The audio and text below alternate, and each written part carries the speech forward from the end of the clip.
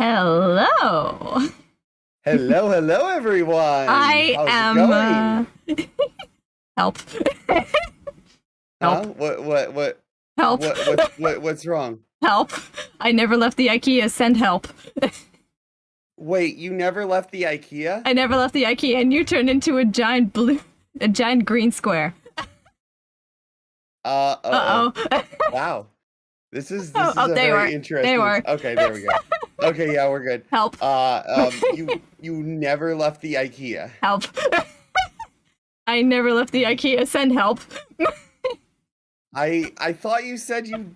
I thought you got out of there. I thought so too, but apparently not. It's not past closing, is it? It is. I found some lamps, so it's nice and bright here, but yeah. Listen, if you see anybody that looks like Slenderman cosplaying as an IKEA employee, you might want to run. Oh, those friendly fellas? What friendly fellows? I don't know if they're friendly or not. Well, they tried stuff, but they were no match for me. Oh, you took care of them. What? Well, I've got a couple of tricks up my sleeve as well, you know. I mean, yeah, that's true, I guess. Let me see. Wait. Whatever powers invested in me, I have no idea. Hocus pocus, I'll teleport to you. Give me a second. Wait. Before I do, you want to read one of the SCP. Wait, can you explain to us what we're gonna do today? Oh yeah. I can explain to everyone. Hello, everyone. Today, we're gonna be here with Rushi, and hello, Rushi's audience as well. We're going to be reading some SCP entries. So, yeah, this is gonna be pretty cool. Yeah. So anyway, you want to start it off, or should I? Okay. I'm guessing we're starting with SCP-003, right? 003? You mean 3008? 3008. What did I say? Oh my goodness. Okay. Yeah. 003 is a completely other one. Give me 1 sec. Oh yeah. You know what? I was like, wait. There's okay, just before we start, I'm just flabbergasted how many of these things there are out there. Yeah. Like, it's crazy. Yeah, it's great, isn't it? Mm-hmm. There's so many of them. Okay, so where do we, like, how do you want to do this? Like, do you want me to do like a couple of lines and then you do a couple of lines, or? Sure. Okay, let's start with this. Item number SCP-3008. Object Class Euclid. Special Containment Procedures. The retail park containing SCP-3008 has been purchased by the Foundation and converted into Site Redacted. All other public roads leading to or passing by Site Redacted have been redirected. The entrance to SCP-3008 is to be monitored at all times, and no one is to enter SCP-3008 outside of testing as permitted by the senior researcher. Humans exiting SCP-3008 are to be detained and debriefed prior to the administration of amnestics. Dependent upon the duration of their stay in SCP-3008, a cover story may need to be generated prior to their release. Like, I don't know, like, for example, Rushi got stuck or got lost for a couple of hours or something. Back rooms. Yeah, the back rooms. Rushi got stuck in the back rooms. Any other entities exiting SCP-3008 are to be terminated. Description. SCP-3008 is a large retail unit previously owned by and branded as IKEA, a popular furniture retail chain. A person entering SCP-3008 through the main entrance and then passing out of sight of the doors will find themselves translocated to SCP-3008-1. this displacement will typically go unnoticed as no change will occur from the perspective of the victim. They will generally not become aware until they try to return to the entrance.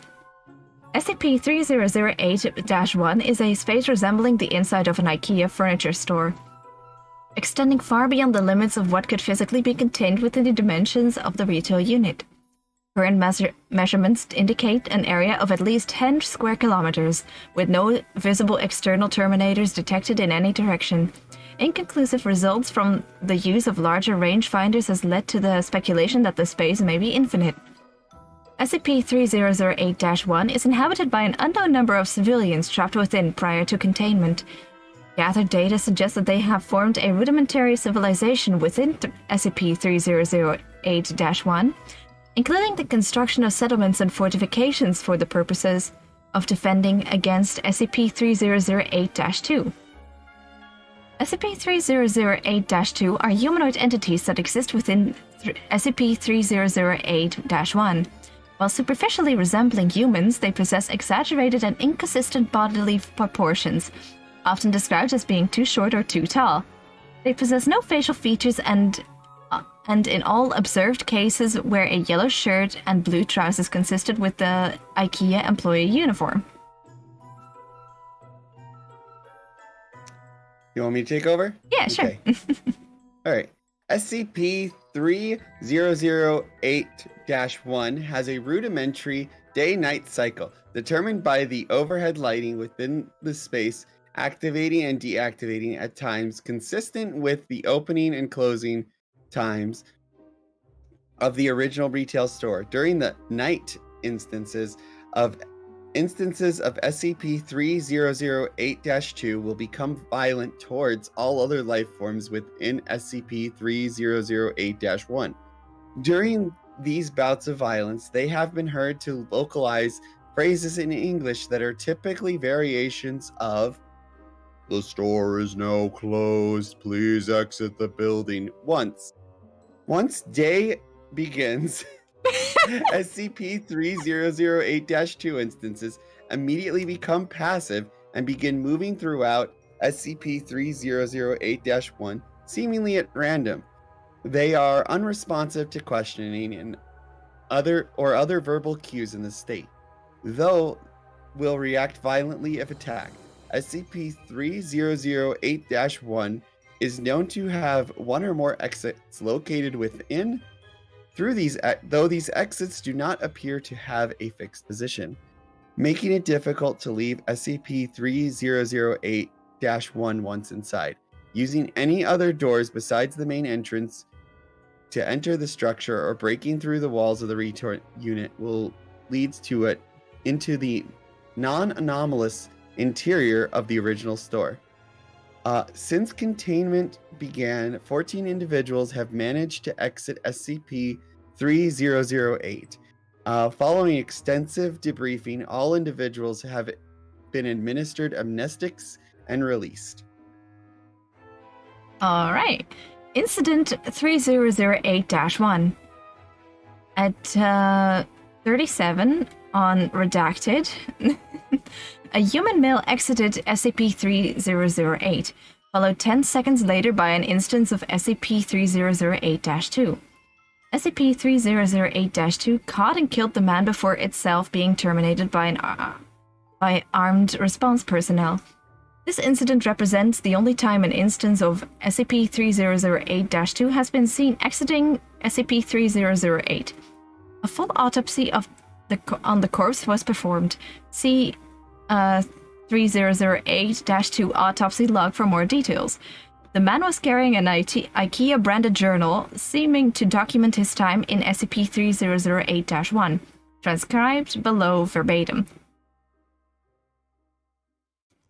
Which is a giant... We want to go... You want to do that one? Do we want to go into this, or I don't know, man. I don't know. That's really a lot. Long. Yeah, that's a lot. I have the spark notes, the footnotes here. Like reading about the IKEA, like the whole thing, like it's crazy. It's just like it's an IKEA that is infinite. Like you just totally get lost in, which is a bit terrifying. Yeah. Like I love it when the SCP Foundation just takes like these these harmless things like it's an SCP, or it's just a normal IKEA that's infinite, or like Garfield that tries to murder you. Oh yeah, that's the thing, isn't it? The Garfield.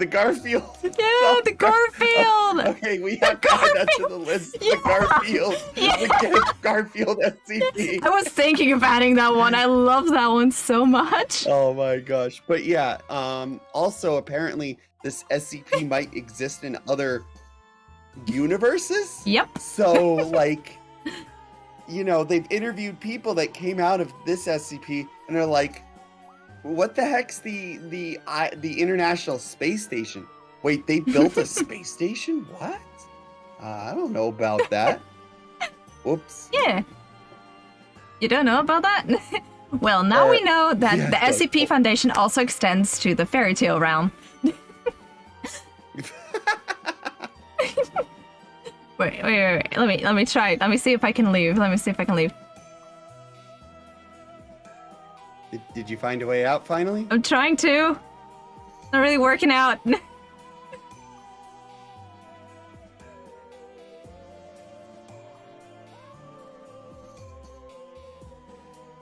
Space IKEA. Oh yeah, there is a space IKEA. All right. So I found it. Rushi, I found the way out. Okay, yeah, cool. I'm out. I Wait, found how it. do I know I'm talking to not like a Rushi from another dimension? Do you really think anyone would want to be me? Honest. I mean, there might be another Rushi out there. So like, Rushi, do you like pickles?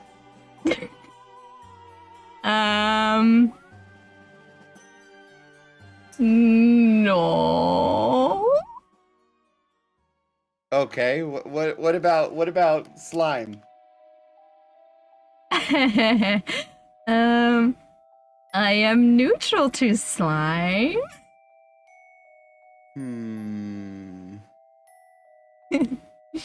Okay. What you looking at? I think this is. I think this might be the real Rushi. But I always have this just in case. Don't point that at me. Don't point that at me. Just see, it's the real me. I no longer have my hat. See, it's me. Okay. It's me. Just I mean, I think I think she's legit. What do you guys think? Rushi's chat and my chat. What do you guys think? Is this the real Rushi? I'm not sus, am I?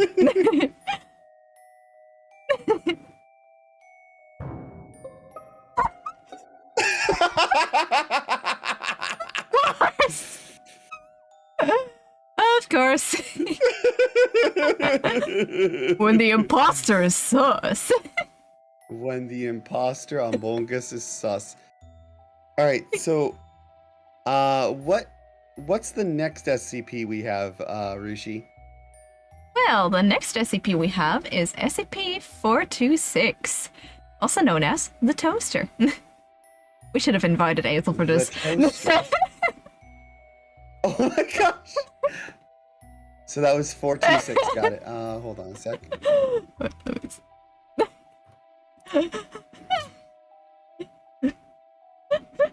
We should have invited Aethel for this. Oh my gosh, that would have been funny.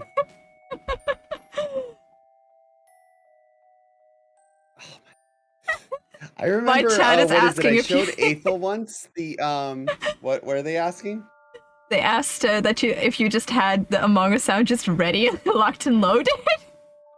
I always have. I have like my soundboard always locked and loaded. Like, oh, I should get one of those. That's the one I always use.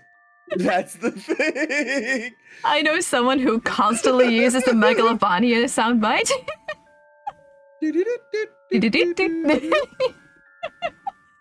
It was so good. Oh no.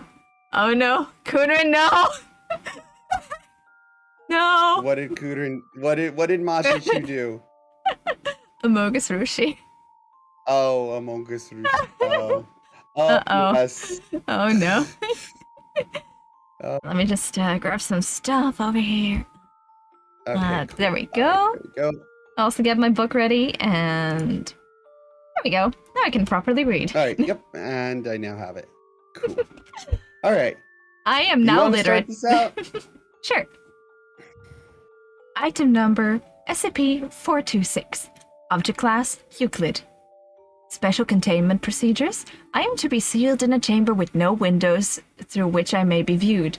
The door to my chamber must have a label completely unrelated to my designation or identity, in order to prevent unintended spread of my primary effect.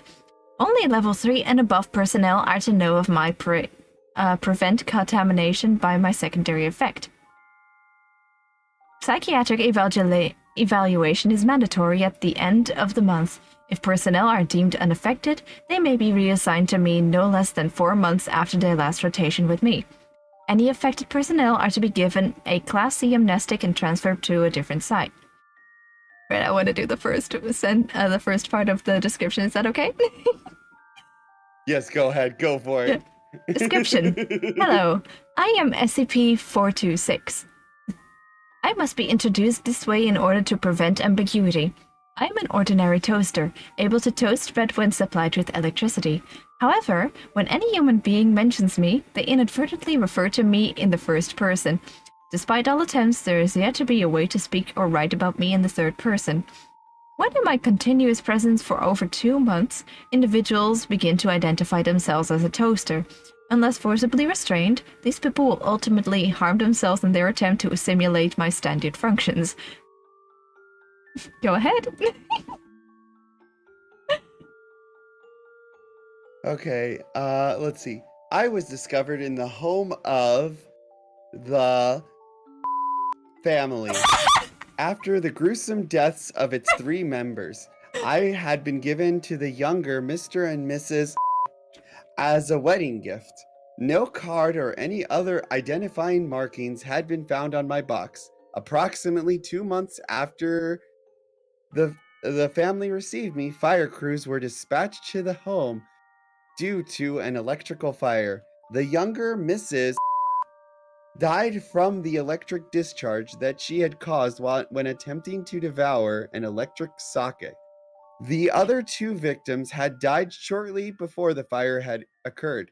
The elder Mrs. had gored herself with nearly 10 kilograms of bread before her stomach burst and she died of internal bleeding.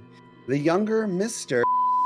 died of severe blood loss after attempting with me. The sole survivor was the elder Mr. who was suffering from severe malnutrition. He stated that he had inserted some bread a week prior and was still waiting for the toast to pop out. I was confiscated by the Foundation after police noted my unusual properties. A Class C amnestic was administered to the affected officers. Okay, you want to start with the experiment log? Yeah, you want to do the... So you want to like... I love this so much. Huh?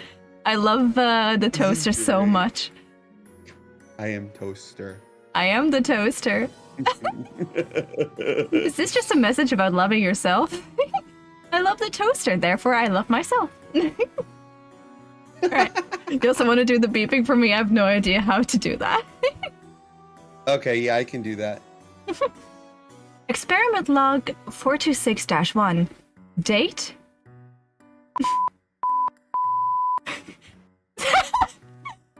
It's like I'm cursing. That's actually what it's supposed to be used for, but I hardly ever use it. Subject, D-Class Personnel D426-1. Procedure, D426-1 was asked to describe what he believed was contained in my chamber. He was not informed about my identity or properties. Details, D426-1 stated, "I'm probably some huge monster holed up in there. That's what you guys have all over the place, right?" D426-1 remained oblivious to his use of the first-person pronoun. Experiment log 426-2. Date? Go on. Yeah, we'll just ignore the dates. Subject. Subject D class personnel D 426-2. Procedure D 426. Reading is not my strong suit. It's all good. Was placed in my chamber and given regular meals through a dispenser. No communication with D-426-2 was permitted. Multiple cameras were situated in the chamber, positioned so that I was outside of their field of vision, but allowing constant observation of D-426-2. It remained sealed until my secondary effect manifested in the subject. I was bolted to the floor so that I could not be moved into a camera's view. Details. After 45 days of isolation, D-426-2 wrapped his arm around me and began conversing with me, stating that we were brothers. D-426-2 never deviated from using the first-person plural when speaking with me. Subject was terminated 1 hour after this event. It is theorized that the isolation accelerated the progression of my secondary effect. You can do the next two. Okay. Subject, personnel D 426-3. Procedure, a screw was removed from me and shown to D 426-3, who was asked to describe it. D 426-3 was not informed about my identity or properties. He referred to it as my screw. Consistent with experiment 426-1, subject was oblivious to the use of the first person in his description. This suggests that, even if I were destroyed, my effects would still be inherent in my remains. D-class personnel D-22 or 426-4. D-426-4 was placed in an isolation cell in an adjacent to my chamber to be observed until my secondary effects manifest. No effects appeared. D-426-4 was terminated 90 days after the start of the experiment. Thank God there are some limits to my effect. A lot of us were really starting to get worried about me. Dr. That's Dr. C. Wait, Dr. Do you think that's Dr. Cleft? I feel like that's Dr. Cleft. I was so inclined to add things Dr. Bright is not allowed to do with the Foundation. I was so inclined to add that to this. Oh my gosh. I was so inclined. Hilarious. I love that one so much. It's literally my favorite. I'm actually going to do like an entire stream just reading that. It's so good. Oh yeah, that one is hilarious. I love it. Oh gosh, but yeah, the toaster is an interesting one. It's like a mimetic hazard that you have to refer in like a certain way in order to like, what is it, not to be affected by it? No, you're always affected. You're always affected by me. Oh, okay. It's just something that you can't stop. I see. Yeah, it's I am such a mimetic hazard. It's crazy. Yes, exactly. What's the next one we're doing? All right, the next one is SCP-2376, also known as the Scarecrow virus. Not related. 3... Maybe. 2376? Yes. Okay. Got it.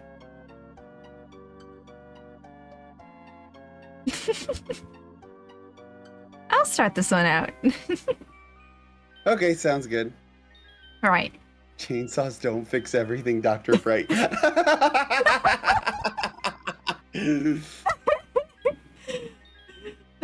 I love that entire thing, like the entire things that Dr. Bright is not allowed to do. I love it. What did you do does not give you permission to continue doing what you are doing. Yeah. Dr. Bright is literally the Florida man of the SCP Foundation. Actually, I'm gonna make that the student's name with like things Rushi is not allowed to do in the Fiona family. Oh my gosh, yes. Oh my gosh, that would be funny. Alright.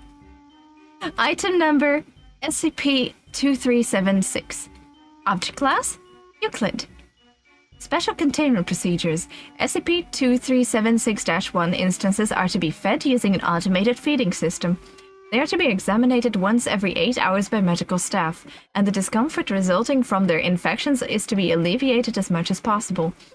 SCP-2376-1 instances are not to be made aware of the anomalous properties of SCP-2376.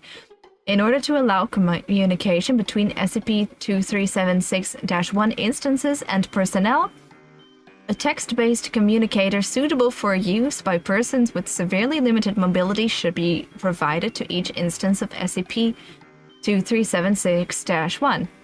When treating SCP-2376-1, instances, medical staff should close their eyes every 5 minutes and then reopen them, in order to view any message that may have been written.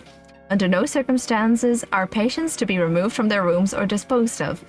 Personnel treating SCP-2376-1 are to follow all instructions given to them without fail, and should be frequently reminded that they are treating a human being. All SCP-2376-1 instances, as well as samples of SCP-2376, are located at Site 234. MTF Beta 7, the Mass Hatters, are to check for instances of 2376-1 in hospitals located in infected areas. Want to know the next part? Description: SCP-2376 is a substrain of tetanus carried by the common crow. SCP-2376 is transmittable to humans. Infected humans are designated instances of SCP-2376-1. The first stage of infection, lasting anywhere from 1 to 4 weeks, is characterized by the normal symptoms of tetanus, as well as a severe skin rash, vertigo, and a painful cough. Instances of SCP-2376-1 in their first stage will often report a faint odor of straw and corn, as well as describing all objects to have a rough burlap texture, regardless of their composition. The second stage of the infection is when SCP-2376's anomalous properties manifest. All instances of SCP-2376-1 are perceived as normal inanimate scarecrow by any human observers. The observers do not appear to be aware of the infected individual is missing, or that the scarecrow has replaced it. Any vocalization by the SCP-2376-1 instances will not be registered. Motion is not visible to observers, but if a person observing an SCP-2376-1 instance breaks visual contact while the instance is moving, the instance will appear to have moved when the observer regains visual contact. Motion detectors and audio recordings will function as normal. The photographs and other visual recordings of infected individuals, however, are still not perceived normally. Death of the SCP-2376-1 instance results in the cessation of SCP-2376's effect on perception. The loss of mobility, fever, and other symptoms can be remedied with usual tetanus treatments. The effect on perception, as of the time of writing, appears to remain even after other symptoms cease. Murine models have indicated that SCP-2376 is capable of causing neonatal infections like its non-anomalous counterpart. After murine subjects began attempting to cannibalize infected murine subjects, it has been hypothesized that mice perceive infectees to be edible straw. As such, no human infected with SCP-2376-1 should be allowed near mice. Testing is ongoing around infected areas to determine if SCP-2376 has spread to any other carrier species. Similarities between the effects of 2376, the SCP-2136 pathogen, and instances of SCP-2218 have been noted. Investigation into whether the anomalous properties affecting SCP-2218 instances are an altered version of SCP-2376, or vice versa, is ongoing. Recovery log. Multiple corpses were discovered in the garbage disposal units of a hospital in the town of... Redacted. Yeah, there we go. There we go. I was late on that. There we go. It's so confusing. Like, all the other things are black, but not that one. Alright. The first instance of... Oh, wait. Iowa. It's in Iowa. Of course it's in Iowa. Of course it's in Iowa. The hospital staff claimed they had disposed of scarecrows that had been left in the hospital wards and dressed in hospital scrubs as a prank. The first instance of SCP-2376-1 is believed to be an 8-year-old boy named...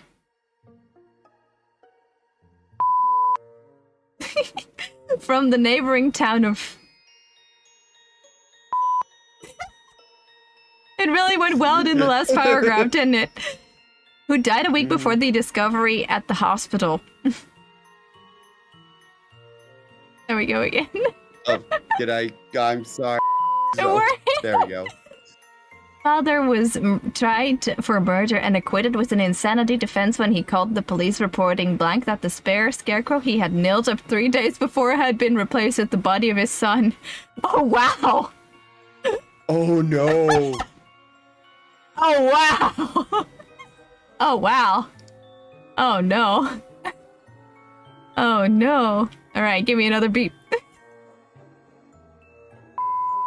Was determined to have died from dehydration, but autopsy revealed that the presence of the SCP-2376 pathogen in his bloodstream, and his father described that he suffered symptoms similar to those seen in the infection's first stage. Amendum. A variant of SCP-2376 has been discovered in... There we go again! Illinois, which is transmitted by pigeons. It has similar symptoms to SCP-2376 and an identical anomalous effect, save for that the infected are perceived as mannequins. Due to the urban nature of the new strain's origin point at the increased risk for an epidemic, reclassification to Keter has been suggested. Wait, so they're kind of like, Oh God! you can't perceive them as, wait, what? Your voice changed. Oh God, that scared me. I'm sorry, I didn't. It's good, it's good, it's good, it's good. Oh no, I accidentally pressed the button. I'm sorry. Don't worry. Don't worry. I accidentally pressed the button. Don't worry about it. Don't worry, don't worry. But oh, so like they can't move whenever you perceive them and whatnot. Oh my gosh. Pretty much weeping angels. Luckily, I don't have that limitation. Do you remember a certain scenario I might have put into a I honestly didn't read this beforehand, by the way, but do you remember in the Made RPG when I did that? Yeah. I hadn't read this entry yet. I'll be quite honest. I'm like, and then at the end, it's like, oh, there's a variant that turns them into mannequins. And I'm like, wait a minute. Wait a minute. Oh, crap. There's like so many SCPs about mannequins as well. Wait, let me see. There's one very specific one that Mannequins are creepy. Okay, not an SCP, but apparently there's a place in the United Kingdom where like this woman has like a scrapyard of mannequins, and one of the things she did during COVID was like literally she's like, okay, you got 15 minutes to get as many body parts as you can. Have fun! And she would say it on a speaker and be like, okay, you got 15 minutes to grab as many body parts as you can. Have fun. I was like, what? Like, legit, I'd try that. Oh my gosh. But I was thinking of SCP-847 and SCP-446. No, we don't have to. There's so many of them. Oh my gosh, there's so many SCPs. There's so many. Or SCP-650? Which is pretty much the closest to what we had in the Maid RPG, I think. Which one were you saying? 650. 650? 650.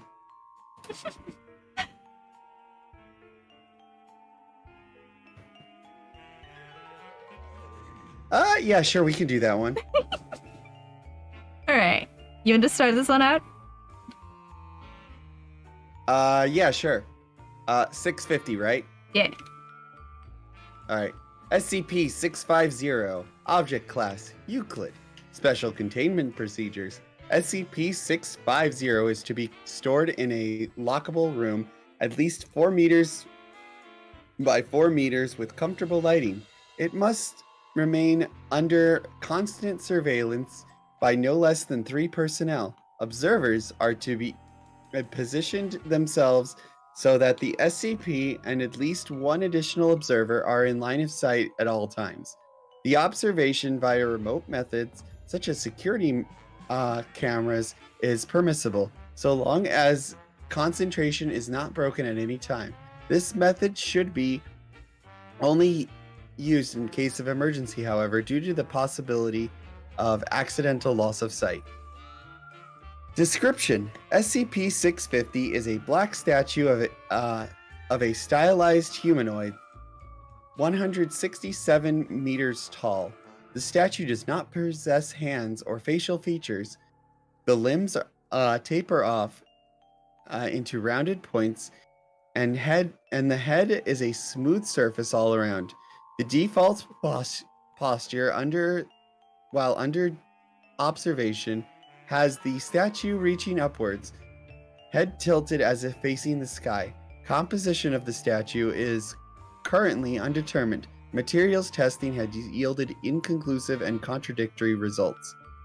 If the statue is not being observed, it will relocate itself into a point immediately behind whomever is in the containment site and will assume a threatening posture. No noise is made during the relocation process, so the precise method of locomotion is not yet known. The relocation point and posture are typically close enough to induce an automatic fight or flight response from the observer once they turn around and see it. Right. However, it should be noted that SCP-650 has not yet shown any signs of active aggression or hostility. Based on trial responses that varied the amount of time between breaking and re-establishing line of sight, its purpose does not seem to be to attack, but merely to startle. The reason for this is unknown, and no further research is pending to determine its motives.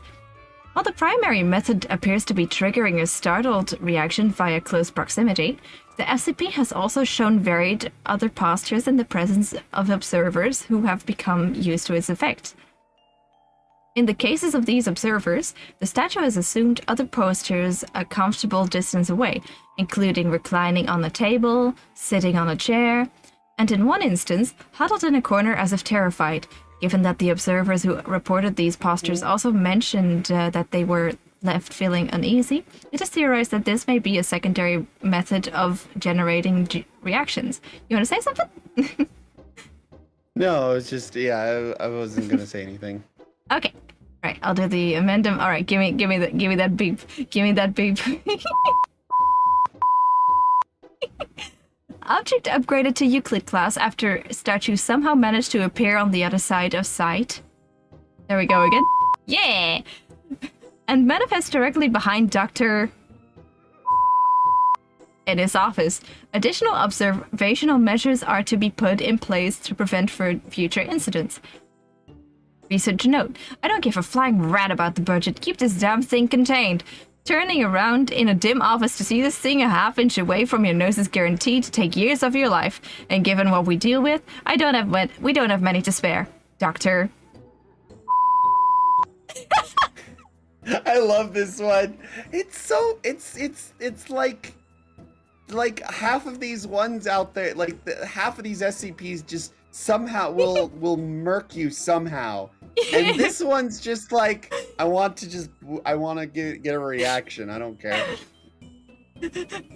Everything in the SCP Foundation is just being like full on horror, and then there's Spooky's House of Jump Scares. Yeah, exactly. It's that one. Oh gosh, It's the that one cardboard. entity in Spooky's.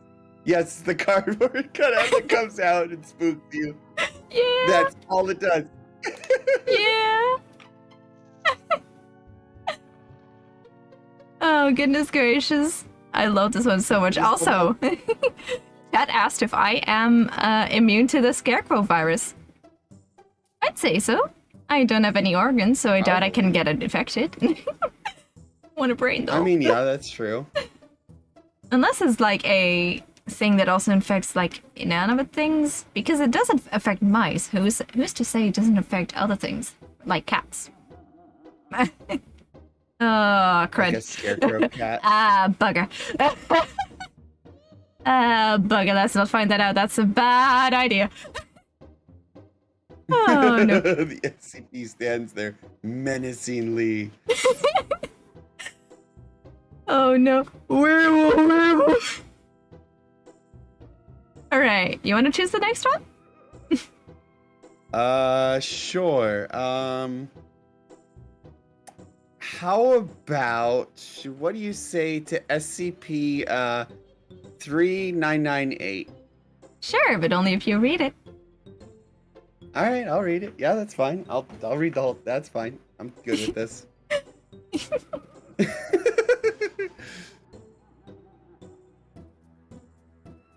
All right, SCP-3998. Containment class, safe. Disruption class, Valum risk class warning. This is their new thing, right? Mm-hmm. Or the new thing they're doing. Mhm. Assigned site 45. Site director, Research head, Dr. Stuart Hayward. Assigned task force. Special containment procedures. SCP-3998 is to be contained in secure holding locker 3998-1. SHL 3998-1 is to be fireproof and vacuum sealed to prevent access to oxygen.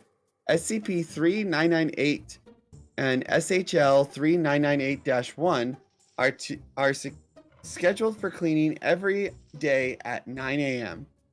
If any D-class personnel spontaneously ignite the seal to SCP-3998's containment locker, must be inspected and repaired/replaced as necessary. For safety reasons, Site-34 must hold D-class personnel, particularly those who have been convicted of first-degree murder charges and domestic abuse. If staff are found to have been targeted by SCP-3998, they are to be investigated and then processed. If staff are found to have... description. SCP-3998 is a human cadaver which expired in the late 17th century. SCP-3998 lacks any legs and is covered in extensive fourth-degree burns. Sometime after its death, 3998's remains were collected and fashioned into a scarecrow, held together by wicker, nails, and wire. Along with severe burns, SCP-3998 appears to have suffered blunt force trauma to multiple regions of its body. It's unclear if SCP-3998 died as a result from one, two, or of the two or both. See Examination 3998-6. The object constantly exudes flammable liquid from its bones, which is composed primarily of ethanol and human fat. Each night between 11 p.m. and 4 a.m., SCP-3998 ignites and is engulfed in flames. However, despite being highly flammable, SCP-3998 does not suffer any structural damage. When SCP-3998 is on fire, and when not contained properly, the nearest person who meets certain criteria will also spontaneously ignite. SCP-3998 targets those who have killed or physically abused a romantic partner. If SCP-3998 is unable to ignite itself, SCP-3998 cannot ignite targets. Instead, those who have been targeted only develop brief, mild pains to either their chest or to the back of their head. As targets are left burning, large quantities of boiling ethanol will appear in their stomach. This large influx of alcohol typically induces vomiting, which causes further external burns, and often cause permanent nerve and organ damage if they survive the initial burning. Eventually, their body fat, particularly in their torso and stomach regions, will begin to melt. The process is extremely rapid, often causing massive internal damage if the target is successfully extinguished before they die of 4th-degree burns. If left to burn, the combination of melted fat and ethanol will cause the stomach to violently rupture, often bisecting the victim in the process. Those that SCP-3998 effects cannot be extinguished until 3998 itself is also extinguished. Okay. So do we do the addendums and whatnot? Oh, why not? They're not that many. Oh, wait, there is. Let's try one. Let's try one Is of there them. like a certain one? The F39980 looks pretty good. Okay. All right. The following is a partial set of Oh, that's just the title page. Oh, Mhm. Addendum 3998-2. After SCP-3998 was contained, there was a noted increase in the murders per day in Massachusetts, increasing from 0.32 to 0.48. A large portion of these deaths are arson homicides, and the victims are known perpetrators of violent crimes. Victims appear to be covered in extensive 4th-degree burns and are gutted from the chest to pelvis. Information on these murders could not be contained due to the corpses being discovered in public displays and being attributed to the Wicker Witch. The public has been led to believe that the perpetrator of these killings is a serial killer, using the Wicker Witch legend as an inspiration. Classification to Euclid pending on the capture and containment of the person responsible. So, let's see here. What are you laughing about? Nothing.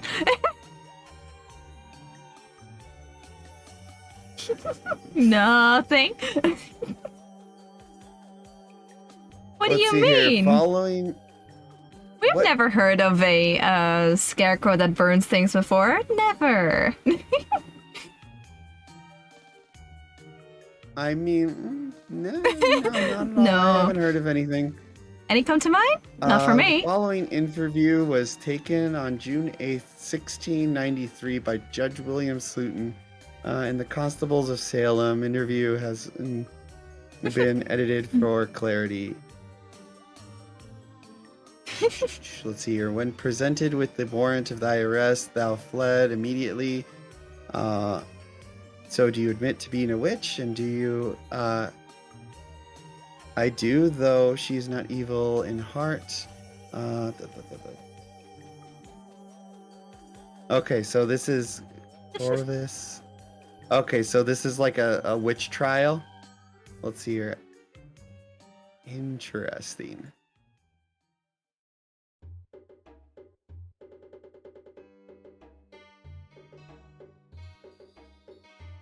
I love the extent they go to for these things. Oh my goodness. Yeah. Like, let's see here. To the people of the hamlet and execution of a witch, June 1693.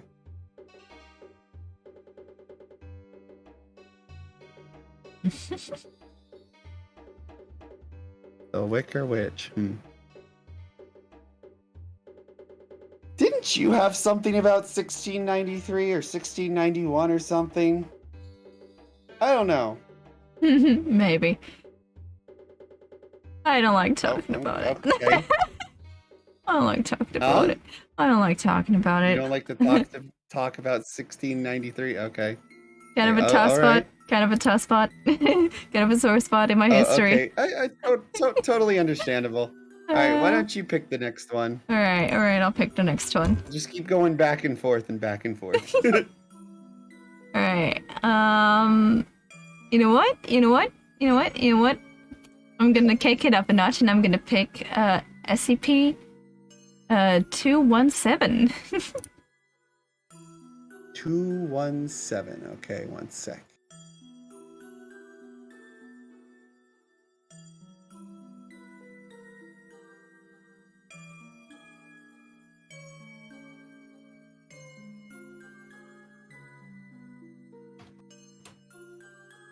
All right, and do you want to start out? Sure thing. Alright. SCP-217. Object Class, Keter. Special Containment Procedures. Containment area is to be kept behind 2 reverse pressure airlocks, chemical shower sterilization, full contained atmosphere hazmat suits, and 24-hour post-interaction quarantine and testing are mandatory for all personnel entering containment area. Should containment be breached, the blast door for the containment and research areas will seal, and chemical agents ZER-21711 will be pumped into the air. Any humans exposed to SCP-217 are to be contained and held for observation. Any items touched by those affected by SCP-217 must be sterilized. Description: SCP-217 is a virus, incurable by current means, with a rate of infectivity at 100%. It affects all organisms in the Kingdom of Animalia, and can be spread via touch or contact with bodily fluid. SCP-217 is very hardy, and can survive for years outside of the host body. The progress of the infection is very slow, with some subjects going several years before manifesting any symptoms.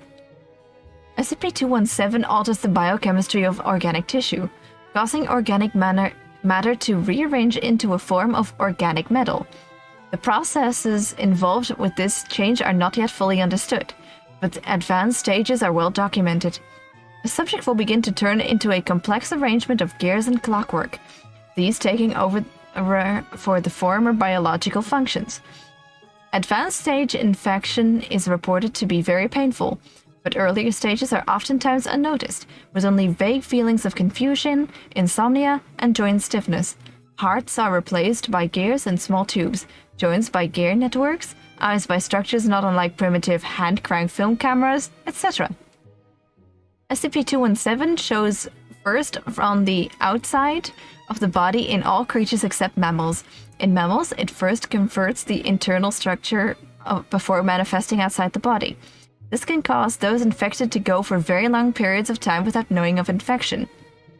SCP-217 has been shown to totally convert the inside of the body before SCP-217 has infected several major metropolitan areas in the past. Most notably... Alright, give me that beep. There we go. The mental state It's actually New York City. It's actually New York City.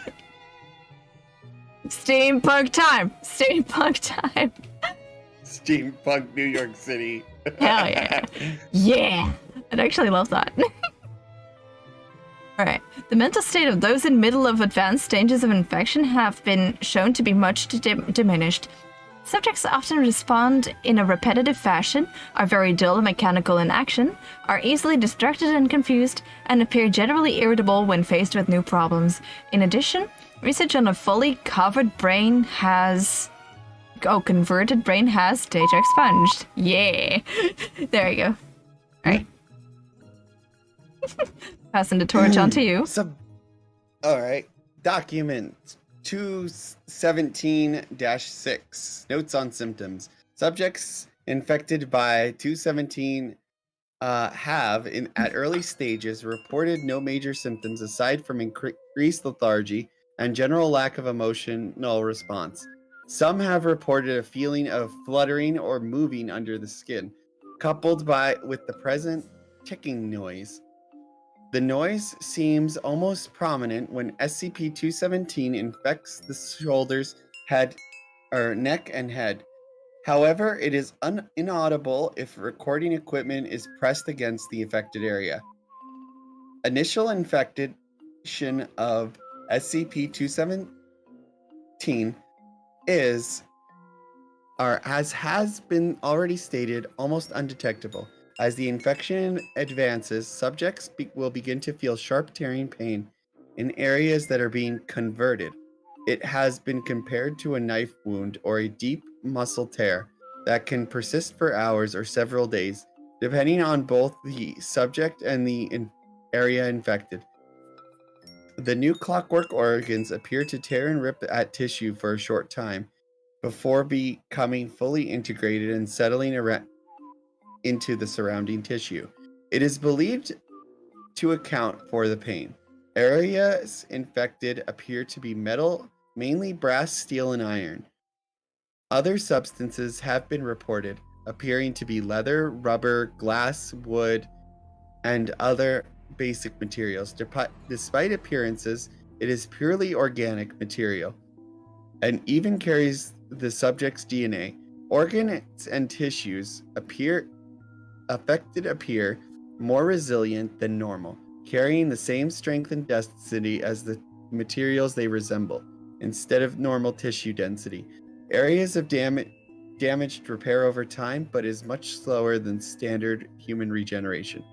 Damaged areas can be instantly repaired by replacing damaged areas with new parts of the same type.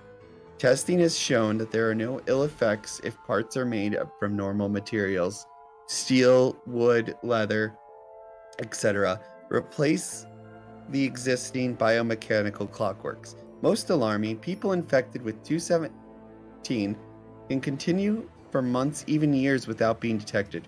With infection so easy to spread, hundreds could be affected before proper containment could be enforced.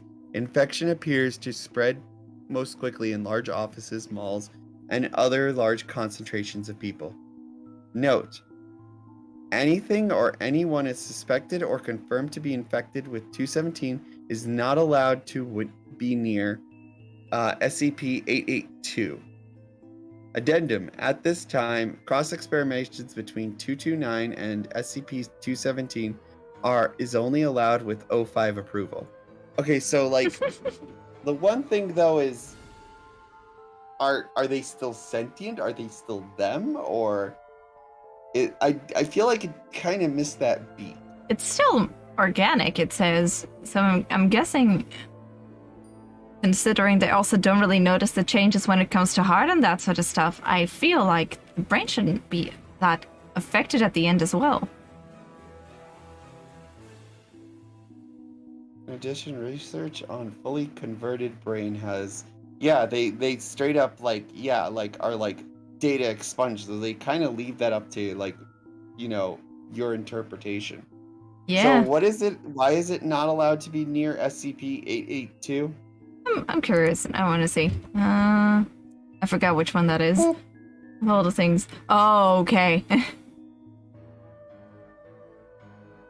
It's Do we want to read this one? It's up to you. It's up to you. If not, that's fine. We could. Also, someone in my chat asked if there's a pickle SCP, and good news for them, bad news for me. There is.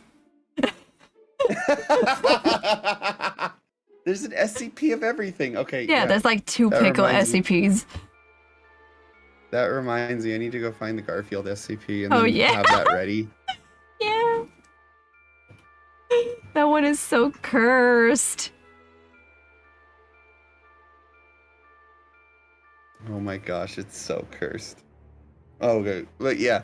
So yeah, what do you think? Yes, no, maybe? Yeah, if you want Either to.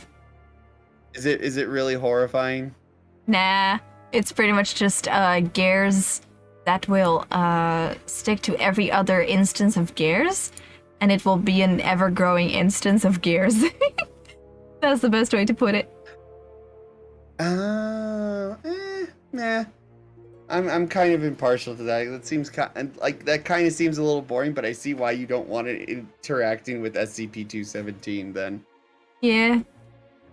Like, I feel like it would take over the virus, and everything that comes close to SCP-882 will also get affected by it. Yeah. Also, Okay, so what's... Also, Mashichu asked if I would be susceptible to this virus, and honestly, no clue! Actually, now that I think about it. What? Rushi I just saw it like Rushi catches the clockwork virus, becomes Aethel V2. Just becomes Aethel. Aethel 2.0. Aethel 2.0. Like, not even Aethel 2.0, just Aethel. With cat ears. It's just Aethel. Oh lordy, that'd be funny. Well, I already went through the scarecrow phase. I with the cat, I already technically went to the lion phase. Why not add the Tin Man? Why not?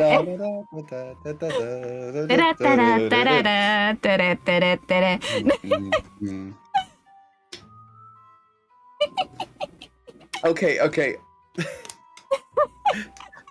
I'm sorry. Small little tangent here, by the way, Rushi. Yeah. Actually, it probably would turn into a massive one, but whatever. The Wizard of Oz. Did you know that? I'm not 100% confirmed on this, so don't at me. But it's apparently like part of it is technically or is like a political commentary on like Midwest politics at like the turn of the century. Actually, that is not entirely true. I knew it. I knew Because that was just even some like sort of crazy, like actually I could I grab had a feeling it wasn't. Wait. Let me grab my copy. Because like of someone one told, of. like I heard that once. And I I'm know like, exactly oh, which video you that would meant. make sense, but like at the same time, it could just be total, inferences. Like, oh, Yeah. the Tin Man, represents industry and whatnot. Yeah. But like I could grab one of my copies of The Wizard of Oz and grab the author's notes that is at the start of the book, and it literally just says like there is nothing to look for behind these pages. It's all just taken at face value. He seriously just kind of like he straight up put that in there, like just don't. Yeah, let me see if I can find it. So much sense. Let me see if I can find it. I have like 7 versions of this book.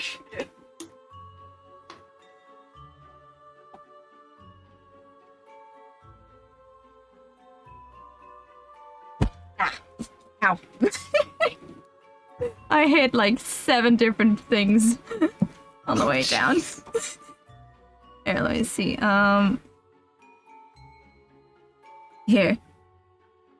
Let's see. Functions. Here's the inventions. Here's the replace your hero. What was it? Where is it?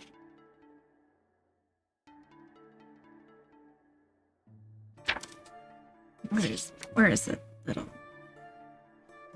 I swear I remember reading that. Oh, there it is. Here. In 1900, a moderately successful writer for children by the name of L. Frank Baum set out to write a new type of wonder tale in which, in his words, stereotyped genie, dwarf, and fairies are eliminated, together with all the horrible and blood-curdling incident devised by their authors to point a fearsome moral to each tale. In other words, there's no meaning behind it all sucks. I knew it.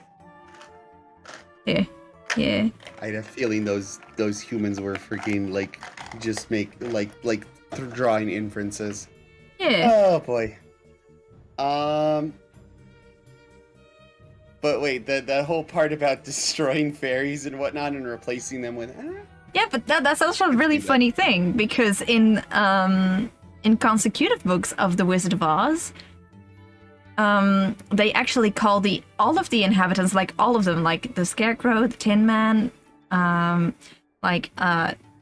Ozma, Glinda, the Wicked Witch of the West, they call them all fairies.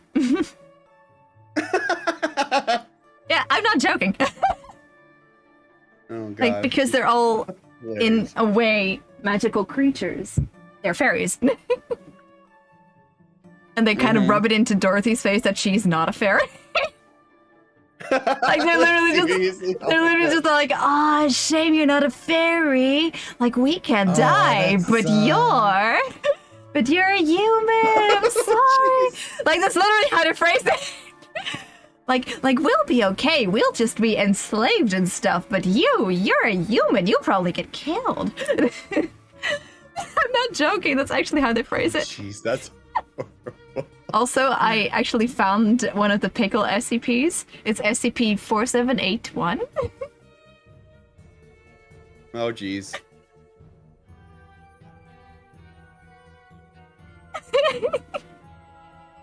I'm so inclined to just send Aethel a message.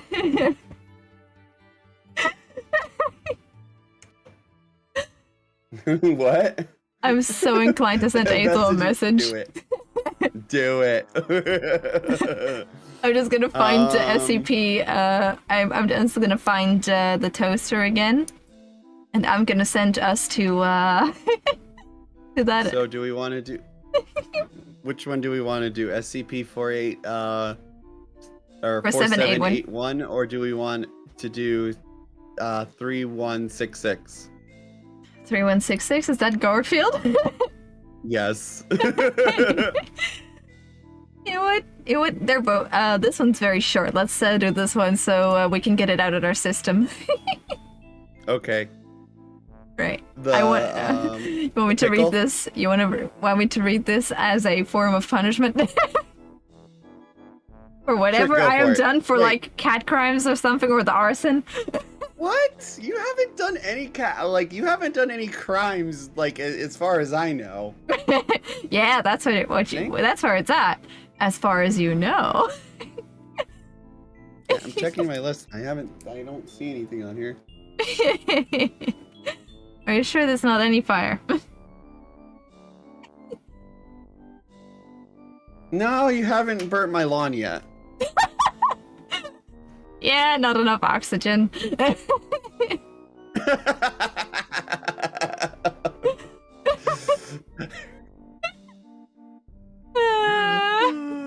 I tried though. I really tried. Not even the magic was strong enough. Oh boy. Alright, I'll read this one. SCP item 4781. Containment class, heater. Disruption class, dark. Risk class, notice. Special containment procedures. Any facilities reading or packaging SCP-4781 are to be closed under the guise of health regulations. Forensic analysis and interviews with plant employees are to be carried out to determine a possible origin of SCP-4781 infestation. Following this, biohazard teams are to fully sanitize the facility. Description: SCP-4781 refers to an anomalous subspecies of Arian vulgaris, Spanish slug. Unlike typical gastropods, instances do not seek out or consume plant matter, but rather devise sustenance from vinegar. Consumption of the fluid has a mollifying effect on instances, limiting their movement and allowing them to be easily handled. The organisms are non-toxic but lacking nutritionally, providing 3 grams of carbohydrates each.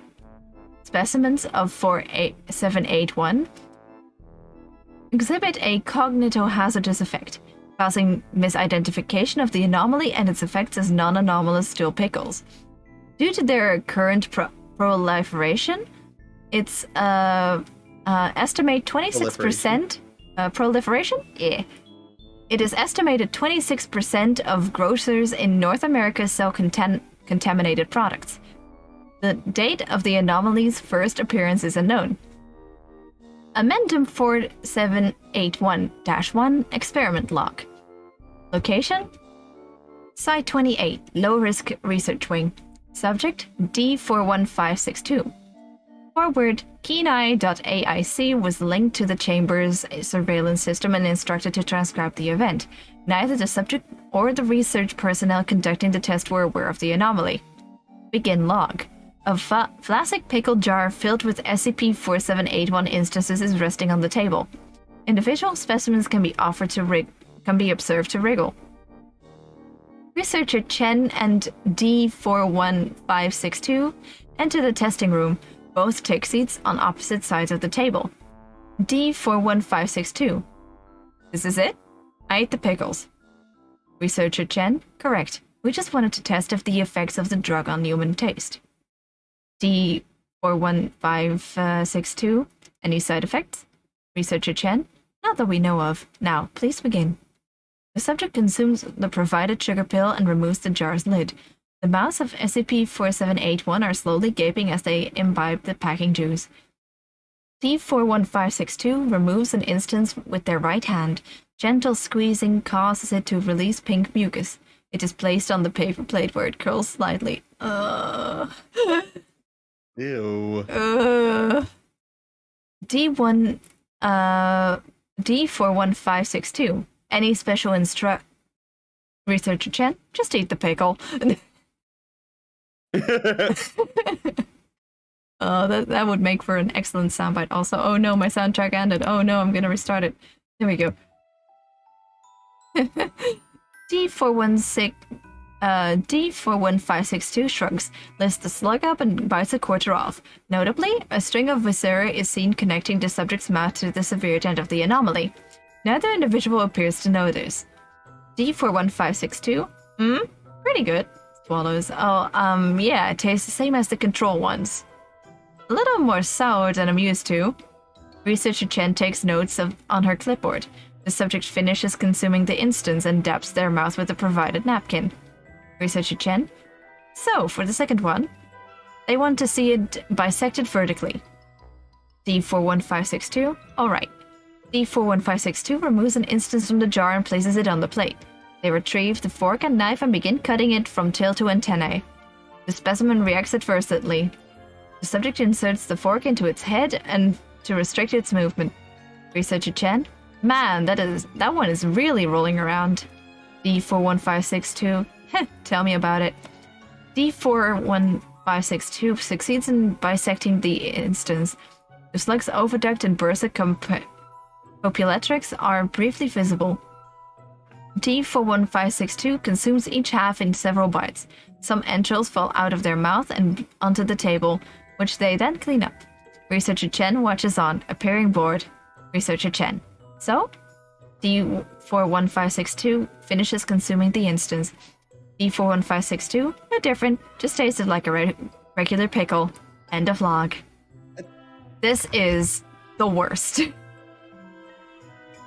Okay, it seems like a normal pickle. I mean, I've had space pickles before, and this seems about right for a space pickle.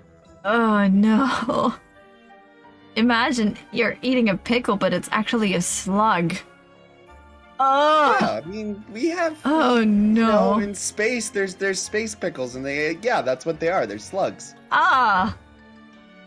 Gross. Oh no. Right, they're not that bad. I mean, we space relish is made out of space pickles, which are space slugs. Space. Oh no.